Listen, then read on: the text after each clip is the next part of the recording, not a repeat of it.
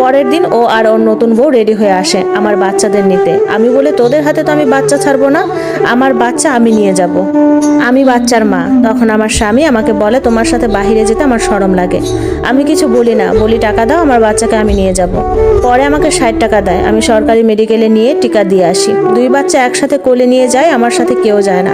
মেডিকেলের এক আয়া টিকা দেওয়ার সময় সাহায্য করে আমাকে। মেডিকেলে আমার অনেক সময় লাগে, কারণ টিকা দেওয়ার ফলে বাচ্চার অনেক কাজ ছিল।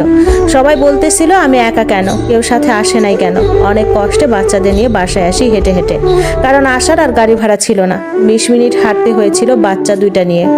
বাসায় এসে বাচ্চাদের রেখে একটু বাথরুমে যাই। বাথরুম থেকে শুনতে পাই আমার স্বামী আমার শাশুড়িকে বলছে দুধ রোজ নিতে, কারণ আমার স্বামীর নতুন বউ গর্ভধারণ করেছে।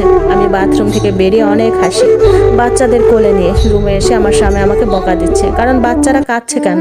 আমি নাকি মা হওয়ার যোগ্যতা রাখি না, আল্লাহ ভুল করে আমি ভুল মানুষকে বাচ্চা দান করছে, কারণ আমার বাচ্চারা কাঁদছে টিকার ব্যথায়। সে একটু মায়া মহব্বতও দেখালো না। আমার নিয়তি এতটাই খারাপ।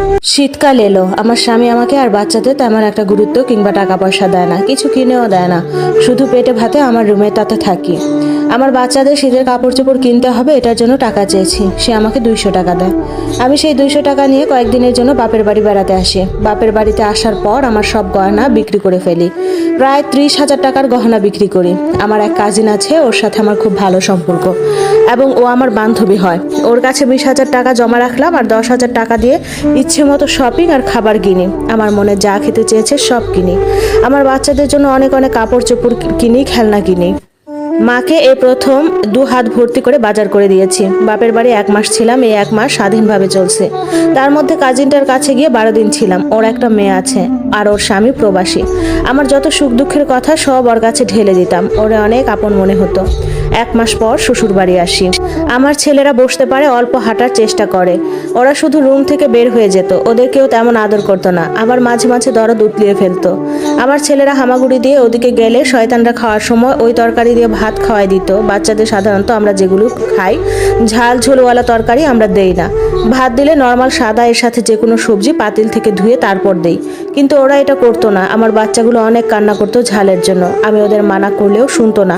দেখতে দেখতে আমার জামাইয়ের বউয়ের ডেলিভারির টাইম এলো। ও সিজারে একটি কন্যা সন্তানের জন্ম দেয়।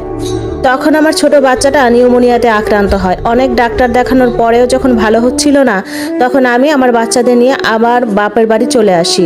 এখানে আসার পর আমার কাজিনটা আমার বাচ্চাটাকে মেডিকেলে ভর্তি করিয়ে দেয়। আমার স্বামীকে বলার পরেও দেখতে আসে নাই, কারণ ওর বাচ্চাটা নাকি অসুস্থ, হার্টে কি একটা সমস্যা হয়েছে। আমার বাচ্চাটা মেডিকেলে 3 দিন আইসিইউতে থাকার পর মারা যায়। আমি আইসিইউর 1 দিনের বিল 4,000 টাকা করে দিয়েছিলাম।